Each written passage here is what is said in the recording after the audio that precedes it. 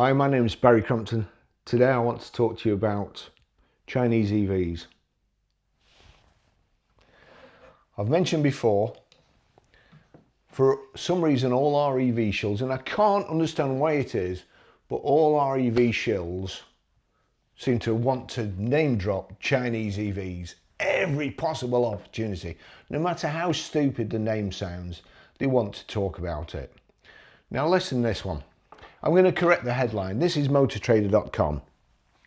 Sales of Chinese BEVs surge across Europe in November. Now you're going to love this one because this is pro-EV and it's pro-Elon. I like Elon. Sending rockets to Mars is insane, to be honest. Creating all that pollution, sending rockets up to Mars and selling zero emission EVs, I don't quite get. I don't get why anybody would want to go and live on Mars where you can't breathe outside and stuff like that. And I mean, Christ, our potholes are bad. Have you seen Mars? No, you don't want to go, trust me. So, sales of Chinese BEVs surge across Europe in November. Now, let's just drill down into this. Registrations of BEVs by Chinese car makers surged across Europe in November. Oh, hang on a second. Registrations of BEVs by Chinese car makers surged across Europe in November, almost equaling those of market leader Tesla. Let me just see, what was the headline? Sales of Chinese BEVs surge across Europe in November. So they've surged. According to JATO Dynamics, the standout performance of the month came from China's automakers.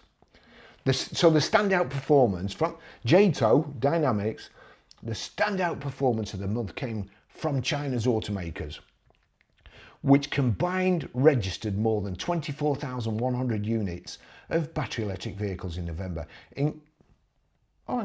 including Volvo, Polestar and Lotus, just behind Tesla.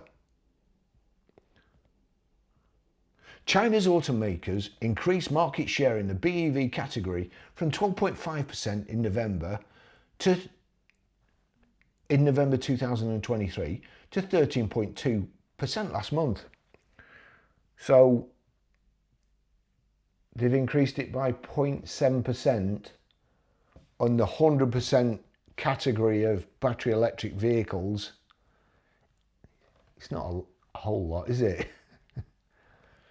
Growth was driven by Leap Motor, plus 296%. Don't say how many cars, just 296%. BYD, plus 127%. Xpeng, plus 93%. And Geely, plus 33%. Overall, monthly registrations of new passenger cars in Europe in November declined by 1.7% year on year. So, petrol and diesel sales have gone down, but electrics have gone up. Well, we know why that is, don't we? It's because electric vehicles are selling so much better than petrols that they've not even bothered letting the people who've ordered petrol and diesels register the car, because they realise that they're going to change their mind. They want to save the money. No, Mr. Customer, don't buy this petrol or diesel. No, it doesn't matter how much you beg me. I'm not letting you register it, because come January, you can either have this car or buy a new EV. Whose money is it?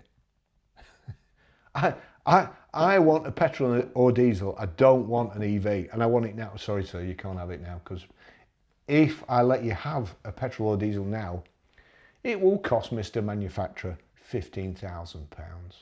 So you can't have it, I'm sorry. According to data from JATO Dynamics, 1,054,043 units were registered across 28 European markets in November. 28 European markets, taking the year-to-date volume of new vehicle registrations to 11,847,573 units, an increase of just 0.8% compared to the corresponding period last year. All right, so it's, but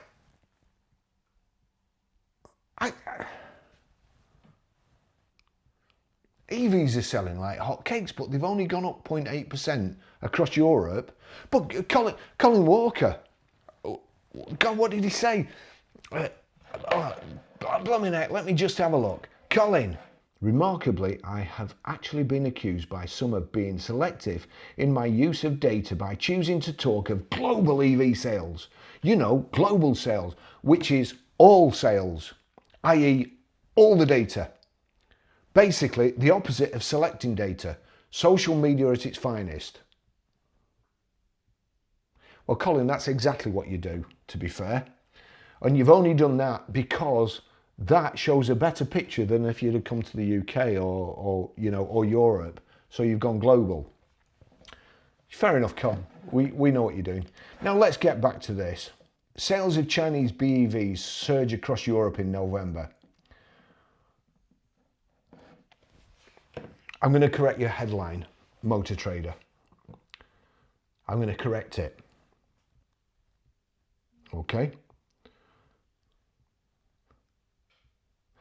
According to JATO Dynamics, the standout performance of the month came from China's automakers, which combined registered more than 24,100 units of BEVs in November, including Volvo, Polestar and Lotus, and all the yin-yangs and ding-dongs and all that other crap. Registrations of BEVs by Chinese car makers surged across Europe in November, almost equaling those of market leader Tesla. So I'm going to correct your headline. Teslas, on their own, sold more vehicles than all the Chinese manufacturers put together. How many Chinese manufacturers are they? According to Bloomberg, there were 500 Chinese electric car manufacturers in China in 2019. China's EV boom. This looks a little bit later. Fewer than 20 Chinese EV brands to be profitable by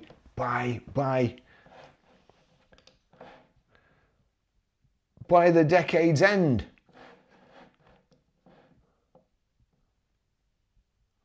We're not even in 2025. They have another 5 years. They're not profitable now. How's Elon doing? Because, I wouldn't mind being a quid behind him. Oh, wow. 11th of July 2024. Only 19 of 137 Chinese EV brands to be profitable by decade's end. 19 of the 137. Teslas.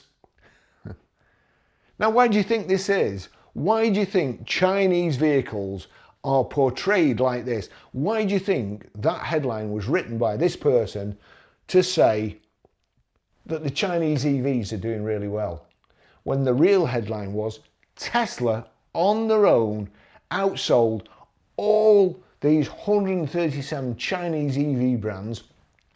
Tesla made a profit and only 19 of the 137 Chinese EV brands to be profitable. Does that mean there's none at the moment? None of them are profitable? Right, also, why do you think China have no EV mandate? Why do you think that is? Why do you think they want us to have all EVs? Why do you think they're sending all these EVs over here for us? And they're not committing to phasing out diesels and petrols. Why do you think that is? I mean, I'm no conspiracy theorist, but cables. A Chinese flagship cut Baltic Sea internet cables. This time Europe was more prepared. Thanks for watching. See you in the next video. Bye bye.